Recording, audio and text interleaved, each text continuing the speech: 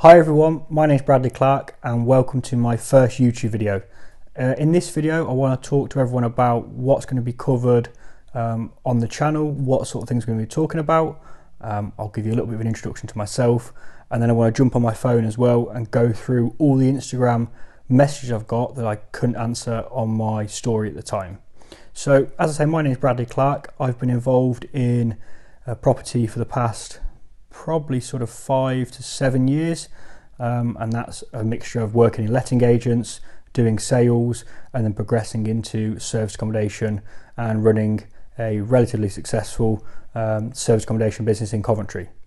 So the reason I've set up this YouTube channel is because I do help people get into service accommodation and especially into rent to SA. I do that with my colleague Carl. As you probably noticed, I'm wearing a jumper that says short move on. I'll come on to that a little bit later in the video as well.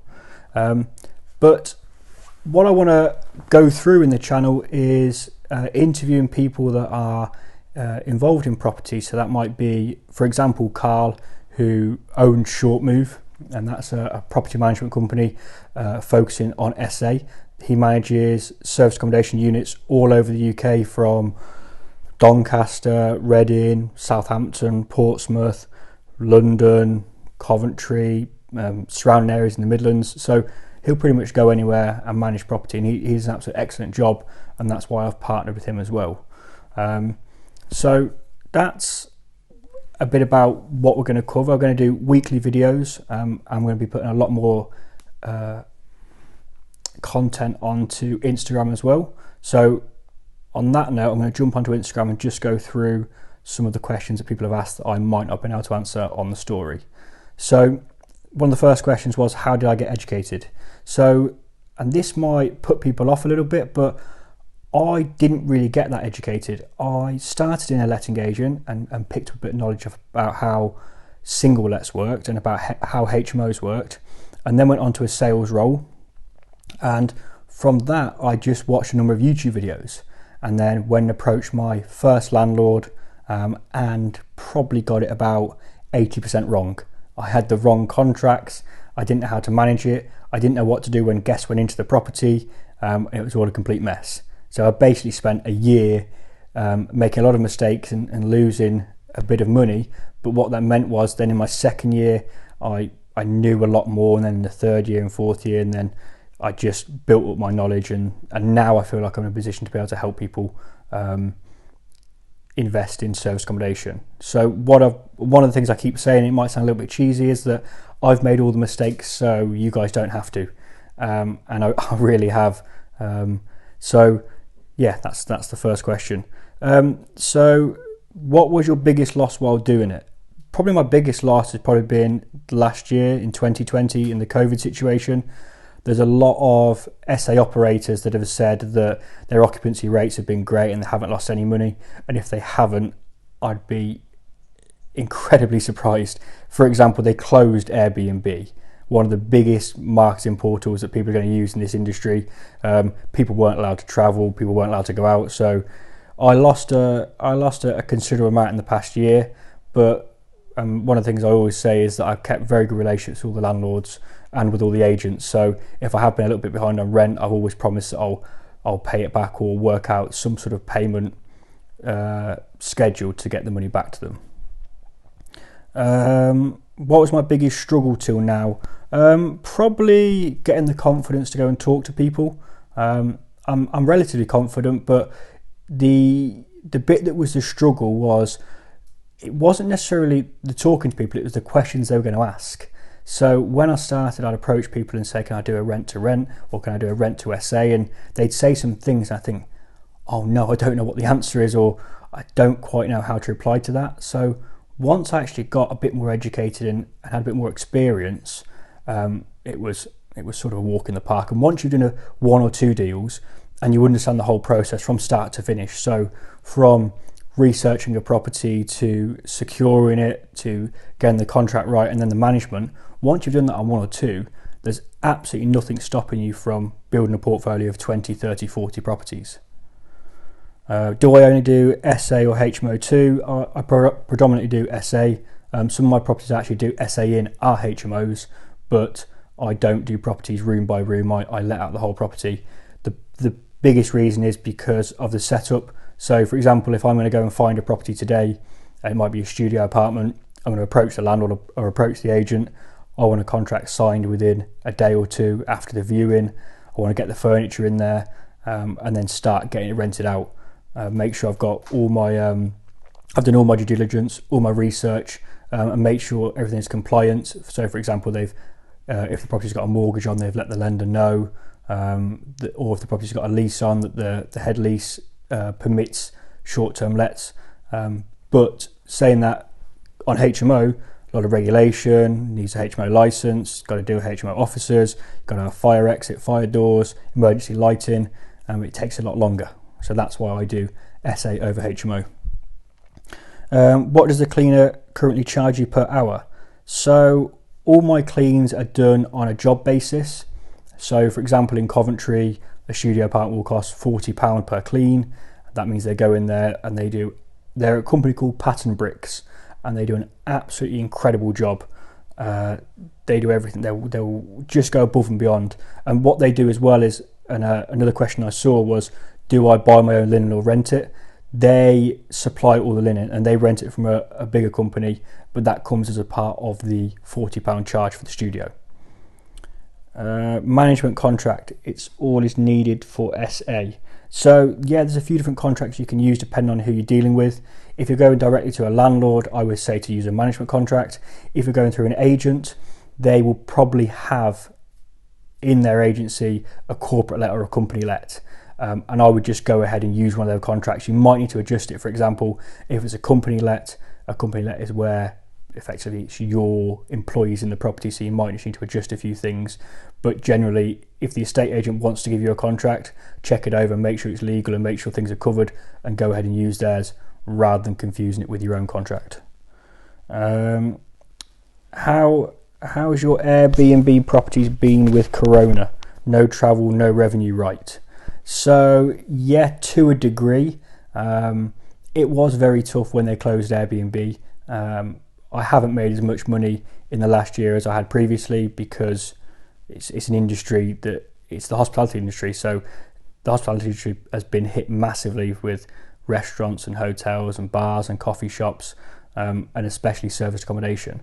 So how has it been? It's been tough, but hopefully in the next few months we'll come out of it. So it was a struggle, but I think it's actually a really good lesson, because one of the biggest mistakes I did was, if I'm being completely transparent, was not leave enough money in the bank. I thought that if I've got, for example, in Coventry, I've got 22 properties, that if I've got 22 properties and the money is coming in every single month, it's going to keep coming in. And actually, why would it have ever stopped if Corona didn't come? But it's made me realise that things can change, you can't control everything, so keep a little bit of money saved away for when things don't go quite right. Recommend any places to start educating in property? Very convenient question. Yep, I can help anyone get involved in service accommodation. I've got a program launching in the next few weeks. But if anyone's interested in that, I'd say just drop me a note on Instagram and I'll talk to people about that. I don't want to go too much into it on this video. Again, tips where we can start to educate ourselves. Roughly how long will it take to start earning 3 to 4k a month and scale up from a beginner? It's a very hard question to answer. It depends what area you're in. Depends if you've got a contractor market or a tourism market.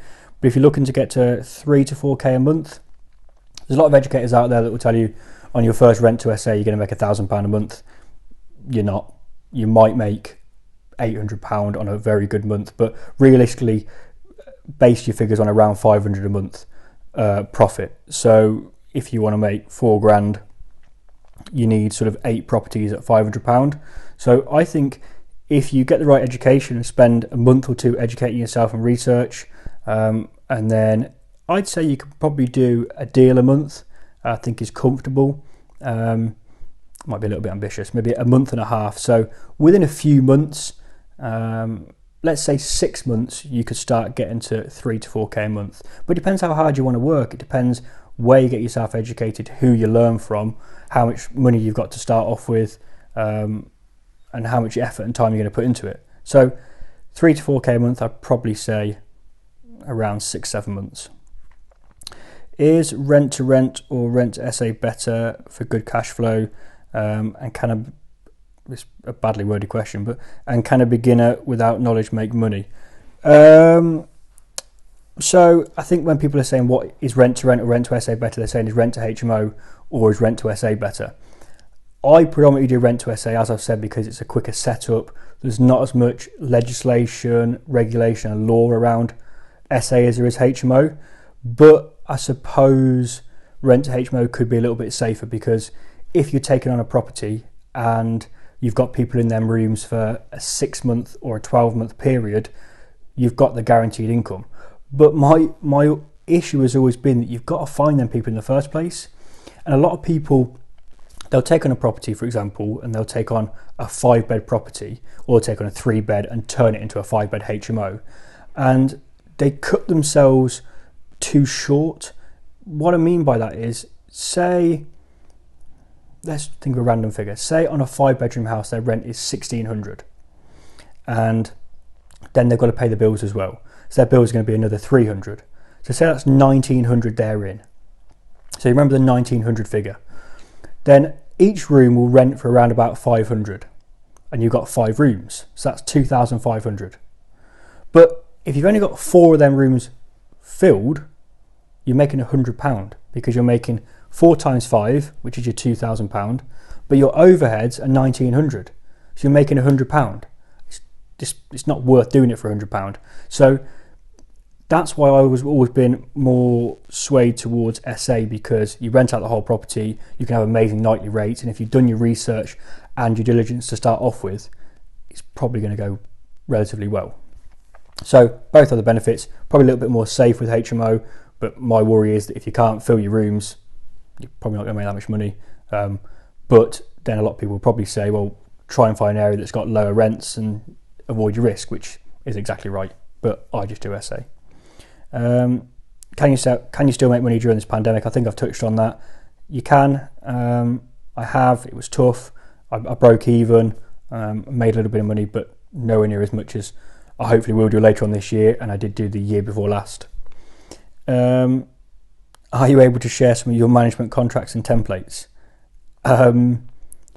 Well, I could, but what I would say is you're better off, well, I'm obviously going to say this, but I've got a program that includes the contracts, and I've spent a lot of money with solicitors making the correct contracts, so I'm probably just not going to give you a contract for free. I can point you in the right direction of the correct solicitor. Again, if you drop me a message on Instagram, I'll point in the right direction, but you're better off just buying a program, learning the whole process, and it comes with it. What's your typical contract length with homeowners? If anyone spent any time on YouTube, you'll have probably heard a lot of people saying, well, get a contract for 3 to 5 years. You could do, but it all depends on how confident you are with the landlord in the relationship, or with the agent in the relationship, how confident you are with the research that you've done, how confident you are with what's going to happen in the next 3 to 5 years. And what I mean by that is, if there is loads of buildings going to be built, for example, and there's going to be a huge contractor market, then I'll say yes, take on a longer contract. But if you're thinking, well, I want to get in and out in the next 2 years, just simply go and sign a 2-year contract. You don't have to tie yourself into 3 to 5 years. What I would say is always put a break clause in your contract, that if it's not working, you can come out after 6 months, and really explain that to the landlord and to the agent as well, that we can't guarantee what's going to go on. Imagine if we have another lockdown and it gets very serious, or coronavirus gets even worse and there's more, or sadly there's more deaths, then business is going to be completely different from what we know it. So just sign a contract as long as you feel comfortable. Don't do it as long as the agent or landlord feels comfortable. Do you look for good amenities or transport links when sourcing? Yeah, 100%. I have a massive tick list of things that I want to tick off before I take on a property. So I'll look and see if there's a university close by. I'll see what transport links there are. So if there's a train station or bus links close by. If you're close to an airport, that's an absolute winner. if you've got a great tourism market or you're by the beach, you want to just tick off as many things as possible. Are there specific locations to aim at? Not really, no. I think SA works in most areas. I mean, if you're in the middle of nowhere, like on a mountain somewhere, it's probably not going to work very well. But saying that, if it's a really nice B&B and it's got great views, and you make it very special, people might come and stay there, because people turn anything into an Airbnb, from an Airstream caravan to an apartment. And the reason Airbnb started was so that people could go and rent out their spare room. So it started from that and then progressed into, like I say, caravans or a tree house. I don't just mean a tree house that you just build in your garden yourself. I mean a proper built tree house. Maybe a barge, a boat that someone turns into a nice place for someone to stay for the night. So it really can be anything. Obviously mentioned in terms of location. So a city centre, I think, is probably the best place for someone to start until you get a little bit more knowledgeable about what you're doing. Is Airbnb a good way of getting guests? Yes. What contract would you recommend between the landlord and myself? I would say a management contract. If they're familiar with the phrases of corporate and company lets and they understand it, go ahead. If they have never done anything before, I would just, when you're doing the deal with them, take your contract with you, and show them what you're doing. Because all a contract is, and everyone confuses it, all it shows is who you are, who they are, what the property is, what you're going to pay, what your duties are and what their duties are. That's it. Contracts aren't complicated or hard to understand. What's the best way to get started, and do I need a lot of capital? No, that's the reason I got into it. You don't need a lot of capital to rent to SA. Your biggest expenses are going to be, if you go it alone, you don't educate yourself, or you don't pay for education where it comes with contracts, you're going to have to pay a solicitor, but it's going to be a few £100s. You're going to have to pay for furniture, but you can put your furniture on finance. If the property needs decorating and the landlord isn't prepared to do it, you might have to pay for that. But on the scale of what you're going to make each month, it's really not a huge amount. So I got into it because I didn't want to go and buy a property and get a mortgage and a deposit and all that sort of stuff. What's the best way to source rent to rents? I think spending time on Rightmove and Zoopla, looking at properties, looking at what the market rent is, what you have to pay per month, and then from that going on to Airbnb and Booking.com and looking at what the nightly rates are going to be and comparing the two, then approaching agents directly. So whether it's walking into an estate agent or calling up an estate agent and booking a viewing, or it might be going on to Gumtree or Spare Room or Facebook Marketplace and approaching a landlord directly. They both have benefits. So, for example, I'm just guessing the question is going to come, that's why I thought I'd come onto it, is if you go through an agent and you build a very good relationship, they'll just simply give you more properties. If you go through a landlord, when I started off, it feels like less pressure, because if you're in an estate agent or talking to someone, a lot of estate agents think they know everything, but I used to be one and I thought I knew everything. I didn't at all, I was just cocky. And if you go to a landlord, they've probably got more properties, it's easier to talk to in my opinion, and they've probably got landlord mates as well. So they both have the benefits. When negotiating landlord rent, what's the max multiple we should pay versus nightly rate? That's a really, really good question. So I have a roundabout vague calculation. What I say that is, whatever your monthly rent is, divide that by 10, and that's around about what your nightly rate should be. So for example, if your monthly rent is £1,000 a month, you want to ensure that your nightly rate is going to be around the £100 mark, because after 10 nights you have covered your rent. A few nights after that you've covered your bills, a few nights after that you've done your management and your cleans. So hopefully about 15 days through the month you are completely covered, and anything over that is you making money. But what that means though is, if you look at it on a 70% occupancy basis, if on 15 nights you're covered, another 5 nights you've made yourself 500 quid. because everything's covered. If you do another 10 nights, it's £1,000, or if you do the rest of the month, you made £1,500. So I think a lot of people jump into this and think they're going to make £1,000 a month off each property they do. I think it's unlikely. That might be me being a little bit negative, but I think you need to be realistic in this business rather than jumping into a property and thinking you're going to make a fortune when you just simply might not. How will the pandemic / Brexit / recession affect rent to rent in 2021? Who knows? I mean, Boris changes his opinion on what he's doing day to day. You don't know if pubs are going to open next week or if hotels are going to open 3 months from now. It might all change. So all I could say is just keep up with the news. And honestly, I wouldn't want to advise people on what's going to happen because I just simply don't know.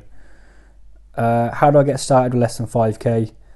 I've never done a deal that's cost more than 5k, and I've got 22. I don't think you need to spend more than 5k on any deal, depending if you're doing a massive property. If you're starting off with rent to rent or rent to SA, pick a studio or pick a 2-bedroom apartment. And if you're spending more than £5,000, you're just putting the most ridiculously high-end furniture in there. I mean, I use a guy called Josh, and I'll put his details in the description below as well, along with short move and everything else. But he will give you a set price to go and spec a property. But what he won't just do is put your sofas and your table and chairs in there. He'll do absolutely everything. So he'll go into the living room, he'll put the rug in there, he'll put the sofas in there, he'll put the cushions on, he'll put the art on the wall, he'll put the light fittings on, through into the kitchen, everything, knives, forks, cheese graters, kettles, toasters, into the bathroom, towels, soaps, everything. So if you just give him a call or send him an email, he'll just give you a spec and what the price is for that property. Best way to reference check tenants. So within Rent to SA, you don't have tenants, you have guests. So I've only known of referencing checking tenants with inside a estate agency. I've never done it outside of that. Best way to find tenants, again, I'm finding guests, and that's as a result of mainly Airbnb or Booking.com. But Carl at Short Move, who does the management side of things, will often do direct bookings. So people will call him up directly, which basically means we save money on our OTA commissions, which is the online travel agent, and then the guest saves money on booking as well. Again, more questions on is it still profitable during the pandemic? So that's most of the questions off Instagram. Are you able to share management contracts, type, start, educate? No, I think that's everything. As I say, I'll put everything in the description about who I am, where to find me, who Carl is at Short Move if anyone wants help with management. I'll put some links in there as well to education side of things, and I'm going to keep doing these every week. I've just set up a podcast as well. It's called the Property Pays Podcast, and again that'll be weekly, and that'll be me and people I know in the industry talking about property, talking about what's going on, their experiences, and that's pretty much everything. So I will catch you in the next video.